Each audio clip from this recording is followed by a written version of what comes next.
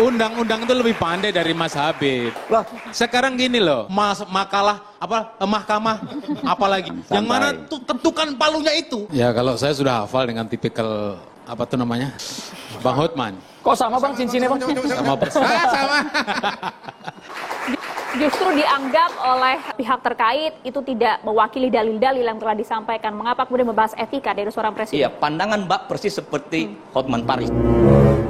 100%. Makanya saya tanyakan kembali, respon Anda seperti apa? Itu kami bisa memahami pandangan kalau disampaikan, tapi makanya kita serahkan kepada hakim mahkamah menilai. Tapi dari sudut pandang kami, bahwa ini perlu didasari dari aspek strategi etik moral bernegara kita. Oke, assalamualaikum warahmatullahi wabarakatuh. Selamat datang kembali di channel Sarjana Politik ya. Dan langsung saja kita akan membahas bagaimana acara yang digelar oleh TV One di Catatan Demokrasi itu menghadirkan perdebatan-perdebatan mengenai putusan MK 90. Video ini sudah diedit sedemikian rupa langsung pada poin-poin inti. Dan agar kalian tidak gagal paham, kalian langsung saja tonton videonya di TV One teman-teman ya. Terima kasih, selamat menonton. Bahwa nanti itu ada kesesuaian, biarlah hakim menilai. Tapi menurut kami yakin seyakin-yakinnya, paling tidak itu bisa memberikan perspektif arah awal kepada pembangunan demokrasi konstitusi kita. Menurut dalam hal ini studi kasus adalah soal pilpres, pemilihan umum.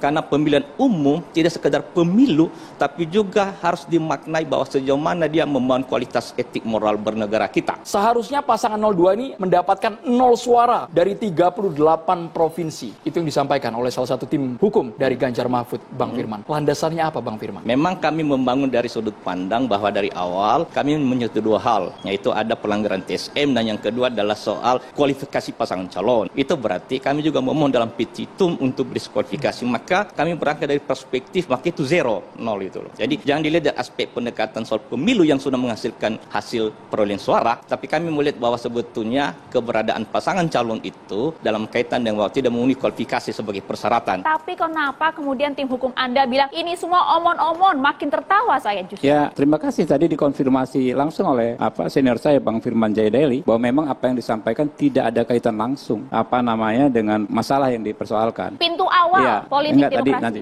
makanya saya ngomong dulu boleh ya. Silakan, Bang. Jadi sejak disusunnya permohonan saya sudah baca, lalu disampaikan dalam persidangan terbuka untuk umum, kemudian ahli dan saksi dihadirkan oleh kedua belah pihak langsung dengan pokok persoalan dengan kompetensi Mahkamah Konstitusi. Kalau kita lihat misalnya soal dua-duanya mempersoalkan keabsahan Gibran sebagai cawapres. Ya, kita tahu sekali bahwa ternyata hal tersebut tidak pernah dipersoalkan kedua paslon ini pada saat yang tepat karena harusnya itu kan disengketakan dalam namanya sengketa proses. Banyak omon-omon, saya kemudian justru banyak tertawa dan tidak masuk akal. Respon Anda seperti apa? Ya kalau saya sudah hafal dengan tipikal apa tuh namanya, Bang Hotman. Kok sama Bang cincinnya Bang? Sama persis. Sama.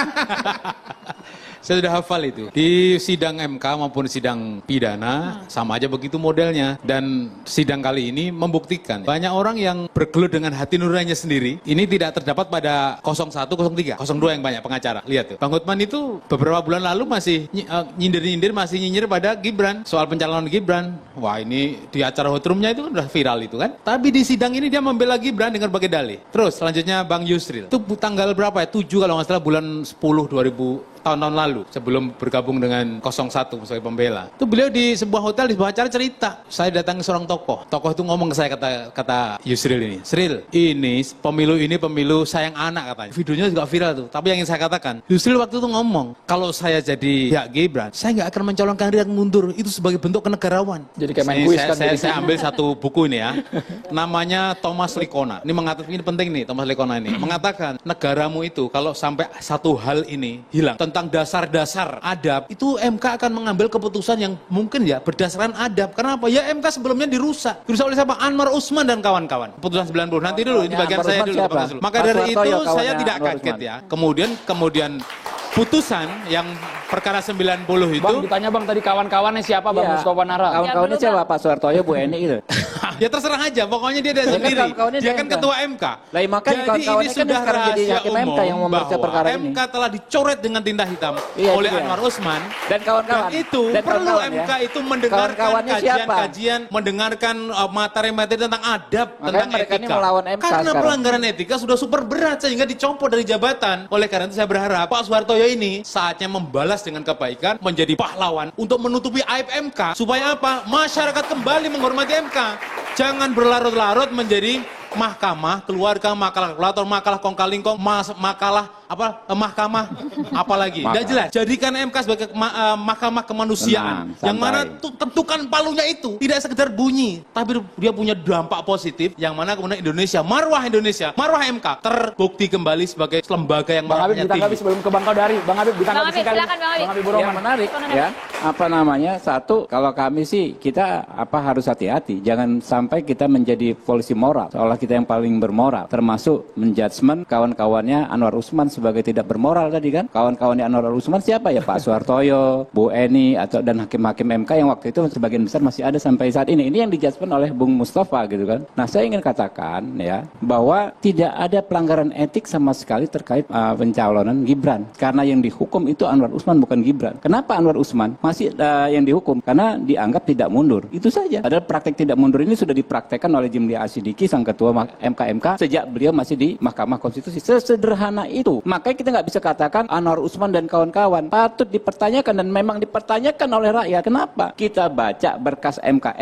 disebut membuka intervensi. Tidak ada yang namanya intervensi sama sekali. Nah, itu kan diulang-ulang oleh teman-teman kan. Intervensi terhadap MK, bahkan itu menjadi salah satu subtitle dari permohonan. Padahal dalam putusan MK tidak ada sama sekali yang namanya intervensi terhadap MK dari luar. Putusan MK 90 tidak menyebabkan ketidakpastian dalam negara hukum. Itu ya diputus oleh hakim MK minus Anwar Usman. Jadi kalau Anda ya teman-teman mendaur ulang kembali masalah tersebut, justru rakyat semakin sadar siapa yang tidak bermoral, siapa yang tidak beretika, gitu kan ya. Kenapa? Mempersoalkan masalah yang memang nggak ada masalah diputus gitu ya. demi keuntungan Oke. pribadi. Coba dengerin putusan MK yang dibacakan saudara Jimli Asidiki. Melanggar 5 etika berat. Masa nggak ada masalah apa-apa di situ sampai dia. dicopot begitu? Itu dia tanyakan kepada Pak Jimli Asidiki. Suatu Anda saat- baca di dalam putusan tersebut nggak ada intervensi oleh siapa, Oke. kapan, di mana, apa bentuknya gitu loh. Oke, tentu ketua MK didatangi oleh pihak yang ingin masalah ini tidak diteruskan. Tentu Pak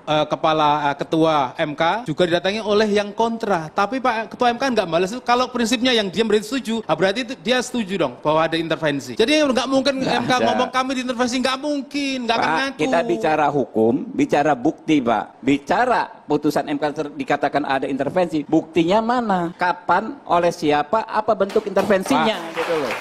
Undang-undang itu lebih pandai dari Mas Habib. Loh, Sekarang gini loh. Sekarang itu hal mendasar, bukan soal adu kepandaian, Itu Pak. sudah Itu rahasia hal umum. mendasar. Rahasia umum. Bukan Ada rahasia nepotisme umum. di sana. Umum justru tahu, nggak ada masalah dalam perumusan pasal 90, nggak ada intervensi, justru umum tahu gitu loh. Bapak-bapak, sepertinya masalah Gibran maju ini masih dipersoalkan sampai sekarang. Bang Kodari harus bersuara. jawab ya, Bang Kodari. Sesaat lagi Bang Kodari, kita harus jeda hanya di catatan demokrasi pemirsa.